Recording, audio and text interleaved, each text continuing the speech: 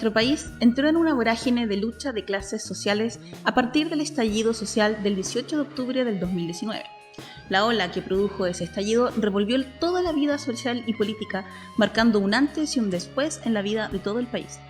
Eso es lo que reunió a nuestro equipo en el colectivo Manuel Alejandro Rebolledo y lo que, de alguna manera, puso a Asambleando al Aire un día 11 de febrero del 2020, con el afán de contribuir a los empeños por reunir y articular la lucha política del pueblo. Desde el estallido social se han creado no decenas, sino centenares o todavía más medios alternativos y populares a lo largo y extenso de toda nuestra franja territorial, y ello sin contar los otros tantos que ya existían antes de la revuelta. Ahí está la gloriosa Prensa Opal, la Señal de la Victoria, Izquierda Diario, La Boca Habla, con los que tuvimos además la oportunidad de reunirnos en este canal y que desde aquí saludamos. Son muchos los esfuerzos de articulación que una importante parte del pueblo ha desarrollado en un muy breve tiempo histórico.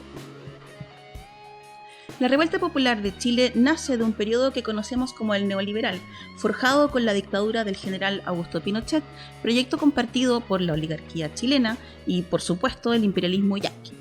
Luego, consolidada por los gobiernos civiles del Pacto de Transición. Durante la dictadura de la derecha se sentaron las bases de la etapa de privatizaciones y financiarización de la economía, pero fueron los gobiernos civiles de la Concertación los que profundizaron y perfeccionaron institucionalmente el periodo neoliberal. Por 30 años, desde la elección de Patricio Aylwin, se acumularon las pérdidas de derechos sociales, el control de las pensiones por las AFP, las empresas públicas y de servicios como agua y luz, privatizadas, la educación y la salud pública, privatizadas también, y un sinfín de medidas que tuvieron en un principio una alza espectacular del crecimiento. Pero este crecimiento de los índices económicos solo se refiere a las utilidades obtenidas por los poderosos conglomerados capitalistas, en tanto que la realidad de la clase trabajadora es la de una sociedad precarizada, sin derechos laborales, sin protección social efectiva, endeudada por causa de sus bajos ingresos respecto de la demanda de consumo, y un mercado financiero expandido de forma irracional. La explosión social, la indignación y el ímpetu de las grandes masas sociales han mantenido en vilo la institucionalidad, exigiendo soluciones inmediatas a los grandes problemas de la crisis y de la pandemia. Durante este conflicto que sigue latente, la presidencia de Piñera ha estado cuestionada y el cargo del Ejecutivo bajo amenaza. La caída de Piñera sigue estando en la mesa. La escapatoria del sistema político ha sido tomar una arista de las demandas sociales, la por muchos añorada Asamblea Constituyente. El Estado optó por la salida política, atrapado en su deslegitimación más profunda. Para salvar a Piñera, los partidos del orden cocinaron un acuerdo por la paz, desde el que instalaron una salida al conflicto de las calles. La pandemia posteriormente fue un factor decisivo en la merma de la lucha sostenida durante 6 meses en las calles del país. Desde marzo, las masivas concentraciones fueron dejando lugar al miedo a la pandemia y al control del orden, dotando de poderes adicionales al Ejecutivo y dándole empleo de los estados de excepción.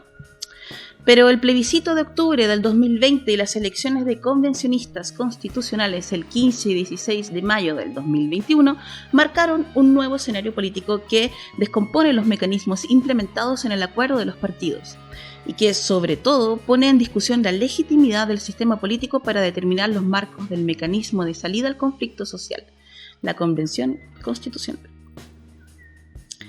Y en este pie estamos en Chile, pero no es solo este país el que experimenta los embates de la crisis económica y de la revuelta social. Ecuador había entrado en una crisis política ya a principios de octubre del 2019, con el alzamiento indígena contra las políticas del gobierno de Lenín Moreno. En noviembre de ese mismo año, el pueblo colombiano se arrojaba en una primera etapa a la protesta social, la que además regresaría y con más fuerza desde abril del 2021.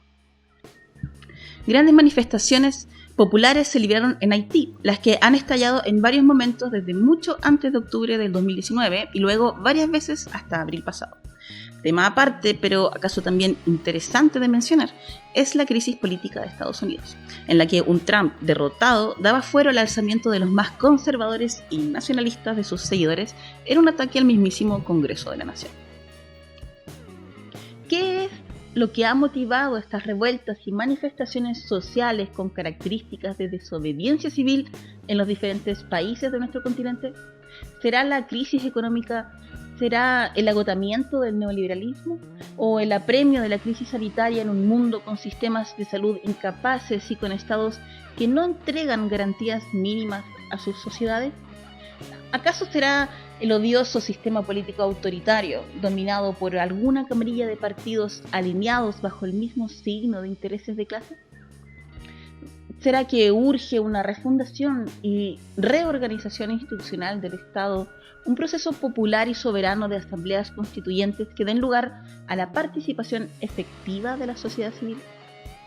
Son muchas las preguntas que podremos hacernos de lo que acontece en la sociedad, en sus conflictos en particular, pero no podemos olvidar que los mecanismos que nos traen a esta crisis generalizada, que revela los niveles de explotación social y depredación ambiental de un régimen de sociedad, se refieren principalmente a la propiedad de los grandes medios de producción, de las riquezas y de su usufructo.